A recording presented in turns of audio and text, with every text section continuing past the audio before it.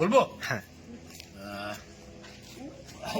ক্রিয়া যোগা আশ্রম আমরা গঙ্গাসাগরে, আমি তো প্রথমবারই এলাম, আমাদের এখানে অনেকেই প্রথমবারই এলাম।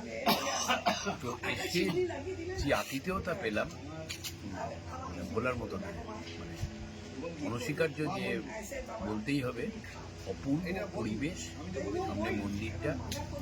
আসলে বেশিরভাগ সময় তো হোটেলে হোটেলে থাকা অভ্যেস, এরকম একটা আশ্রমে থাকার যে শুধু পূর্ণতা বলবো না, তার সাথে যে মানে একটা আধ্যাত্মিক পরিবেশ, এটা সত্যি মানে ভীষণভাবে আকর্ষণ করেছে, ভীষণ ভালো লেগেছে। আমার স্ত্রী তো ভাবছেন এখানে থেকে যাবেন পার্মানেন্টলি, তো ভাবছি সেই ব্যবস্থাটাও করে যাবো। শুধু তাই নয়, একটু আগেই যেটা ঘটলো সেটা হচ্ছে যে আমরা কলকাতা ফিরবো বলে ভেসেল ধরতে গেছিলাম, ভেসেল পাইনি। ভেসেল না পাওয়ার পর যখন আমরা এখানে ফোন করলাম, বলে হ্যাঁ এক্ষুনি চলে আসুন, কোনো অসুবিধা নেই, এখানে ব্রেকফাস্টের ব্যবস্থা আছে, এখানে আপনারা রেস্ট করতে পারবেন, কোনো অসুবিধা নেই। এটা কিন্তু অন্যান্য জায়গায় পাওয়া যায় না।